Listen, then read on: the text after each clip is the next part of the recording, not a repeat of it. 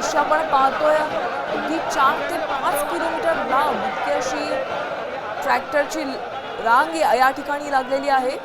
नागपूरमध्ये विविध मागण्यांसाठी, शेतकऱ्यांच्या विविध मागण्यांसाठी तसंच सरसकट संपूर्ण कर्जमाफी करा या मागणीसाठी शेतकऱ्यांनी हे आंदोलन केलेले आहे। तर अगदी थोड्या वेळापूर्वीच बच्चू कडू यांनी आपली प्रतिक्रिया दिलेली होती साम टीव्हीशी बोलताना, ती आपण एकदा ऐकूया। आता जाम झाला आहे आणि तेव्हा भाऊ आम्हाला जीव घालायला तयार नाही आहे।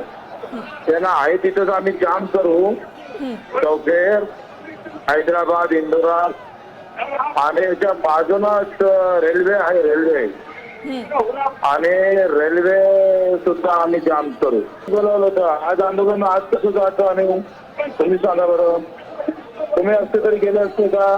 एवढ्या लोकांना कोणी सांभाळलं असतं? त्याचा हेतू काय होता?